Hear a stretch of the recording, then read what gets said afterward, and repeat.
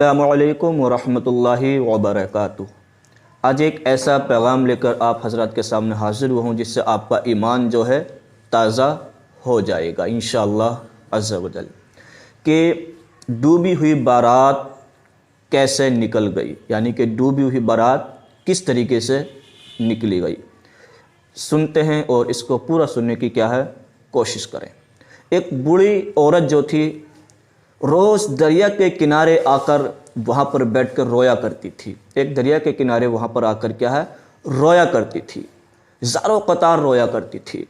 एक दिन उधर से हुजूर सैयदना गौसे पाक रज़ियल्लाहु ताला अन्हु का गुज़र हुआ।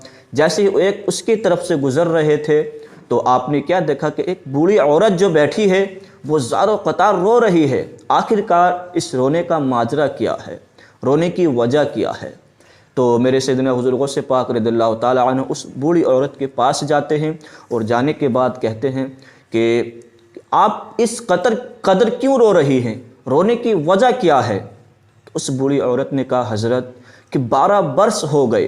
कितने बरस? 12 बरस हो गए कि यहाँ दरिया में मेरे लड़के की बारात माँ सामान के डूब गई है। 12 साल हो चुके हैं। अब आप अंदाज़ा लगाएं कि हमारी कब्र के अंदर महीना 2 महीना भी नहीं गुज़र पाते हैं कि हमारे जिस्म से जो हमारी आज़ा हैं सब गल जाते हैं। अल्लाह अकबर। तो उस कश्ती को, उस बारात को 12 बरस हो गए डूबे हुए। तो बूढ़ी औरत कहती है हज़रत मेरी लड़के की बारात इस दरिया के अंदर माँ साजो सामान की पूरी बारात क्या है डूब गई थी।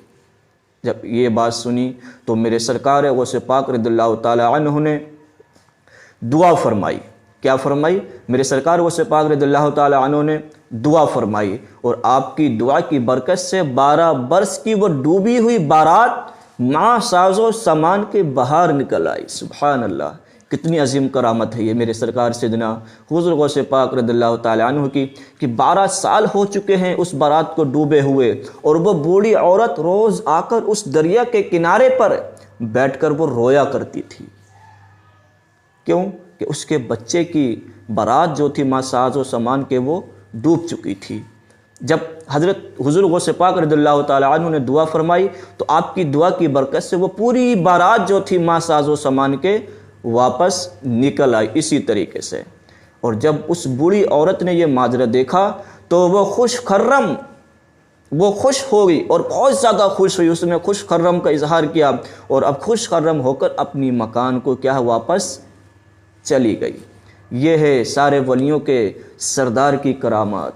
जब सारे वलियों के सरदार की ये अजीम करामत है तो नबियों के सरदार का क्या आलम होगा। सुभान अल्लाह। तो इस बात से अंदाज़ा लगाए कि हमें हर वक्त बुज़ुर्गों का फैज़ लेते रहना चाहिए और उनके नक्श कदम पर क्या है चलते रहना चाहिए ताकि उनकी वजह से हमारी दुनिया भी आबाद हो जाए और हमारी आखिरत भी आबाद हो जाए। अस्सलामु अलैकुम वरहमतुल्लाहि वबरकातुह।